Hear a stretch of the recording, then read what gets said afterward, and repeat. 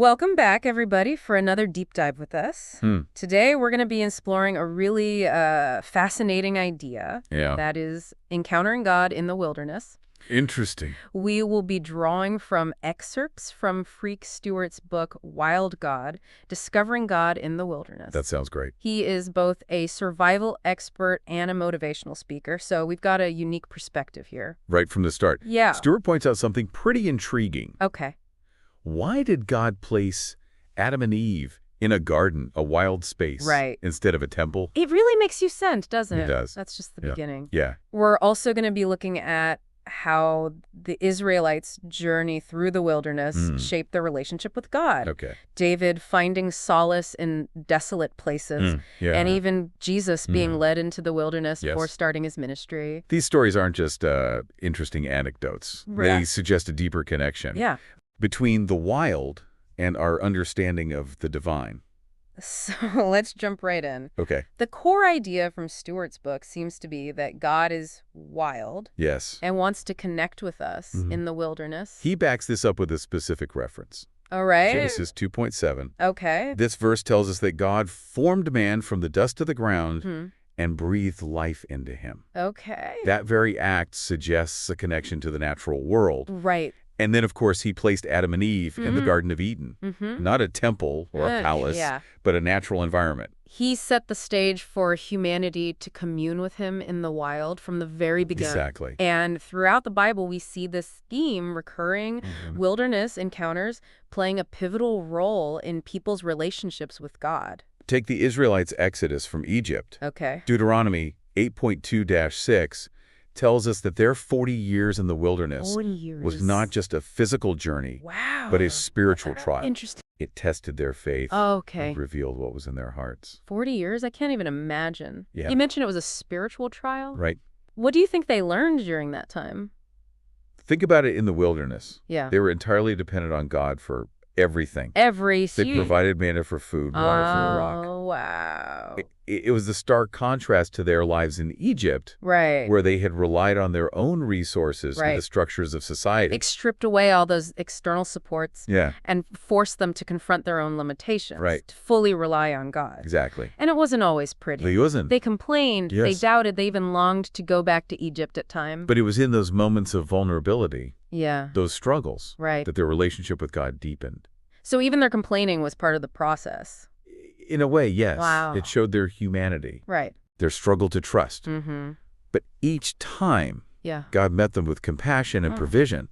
It forced a deeper connection than they could have experienced if everything had been easy. It makes you think about how we often try to avoid discomfort in our own lives. Maybe those difficult moments, those wilderness experiences are actually opportunities for growth and connection with something bigger than ourselves. Now, let's consider David's experience in the wilderness. Okay. He spent years on the run from King Saul, hiding in caves and desolate places. Wow. This wasn't just a physical ordeal. Right. It was a spiritual crucible. It reminds me of Psalm 23. Yes. Even though I walk through the valley of the shadow of death, I will fear no evil, for you are with me. He wrote that in the wilderness, didn't he? Many scholars believe several of his most powerful psalms were composed during those difficult years. Wow. And they weren't filled with praise and joy all the time. Some expressed doubt, fear, even anger. Okay. But it's that raw honesty, that vulnerability in the face of hardship that makes them so relatable even today. He wasn't trying to present a perfect image of faith. No. He was pouring out his heart to God in the midst of his struggles. Right. It humanizes the whole idea of connecting with God, doesn't it? It does. We don't have to have it all figured out, pretend everything is okay. And through those expressions of raw emotion, through those cries for help in the wilderness, David's relationship with God deepened. Okay. He learned to find solace and strength. Right. Even in the most desolate of places. It's interesting how those wilderness experiences, as difficult as they were, became catalysts for spiritual growth. Both the Israelites and David found a deeper connection with God in those desolate places than they ever could have in comfort and security. It's almost counterintuitive, isn't it? It is. You'd think being surrounded by beauty and abundance would make it easier to connect with the divine. You would. But these stories suggest something different. Perhaps it's because in the wilderness, we're stripped of all the distraction, the noise of everyday life. even our own sense of self-sufficiency. Okay. We're forced to confront our vulnerabilities, right, our need for something beyond ourselves. And that brings us to Jesus' experience in the wilderness. We often focus on the temptation aspect, but Matthew 4.1 tells us he was led there by the Spirit. Yeah. It was a deliberate choice, a seeking out of solitude before starting his ministry. It's easy to overlook that detail. It is. We think of wilderness as a place to endure, right, to survive. Yeah. But for Jesus, it was a place to prepare, to connect with his purpose, right, to align himself with God's will. So it wasn't just about facing temptation, but about strengthening his connection with God. Exactly. Almost like a spiritual boot camp. Yes. What do you think he learned during those 40 days? We can't know for sure, of course. Right. But the text suggests it was a time of profound spiritual transformation. Okay. He emerged from the wilderness with a clarity of vision and purpose that sustained him throughout his ministry. It's like the wilderness refined him. Yeah. Stripped away any lingering doubts or uncertainties. Yes. It reminds me of how blacksmiths use fire to shape and strengthen metal. The wilderness can be like that for our spirits, can't it? That's a powerful image. Yeah. And it connects to what Creek Stewart describes in his book. Okay. He talks about his work as a wilderness survival instructor. Right.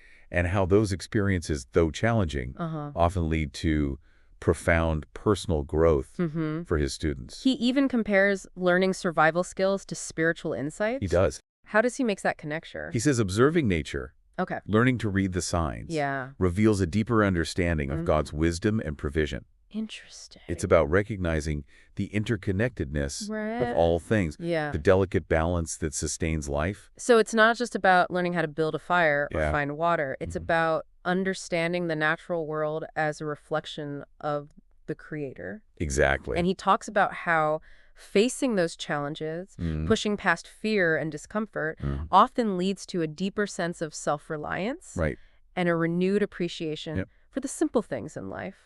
Those are qualities that can translate to our spiritual lives as well, aren't they? Right. That resilience, that platitude, that ability to find peace, even in challenging circumstances. Absolutely. It's about cultivating that wilderness mindset, a willingness to step outside our comfort zones, to embrace the unknown, to trust that even in the most desolate of places, we're not alone.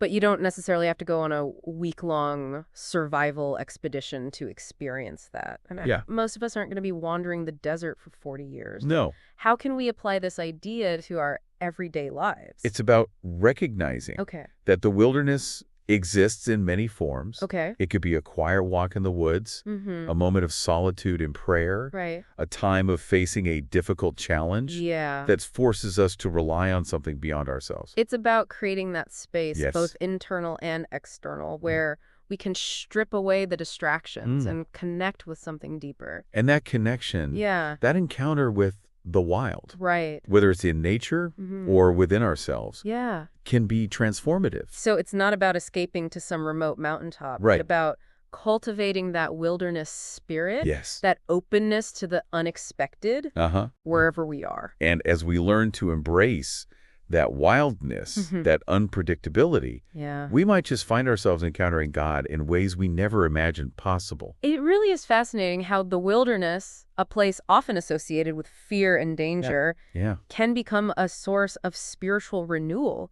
Challenges our perceptions of where and how we can connect with God. It's about pushing past those preconceived notions, those comfortable boxes we try to put God in. Remember, even the idea of God being wild might sound jarring to some, but think about the sheer power and unpredictability of nature. The crashing waves, the vast deserts, the untamed forests. It's awe-inspiring. It is. Even a little frightening at times. Stewart talks about those feelings of awe and wonder being amplified when we immerse ourselves in nature. He even suggests it's a key part of connecting with the divine. He uses a great analogy in his book. He says that studying creation is like reading a love letter from the Creator. Interesting. There's a depth of emotion, a beauty and complexity that points to something beyond random chance. And it's not just about the big, dramatic displays of nature's power.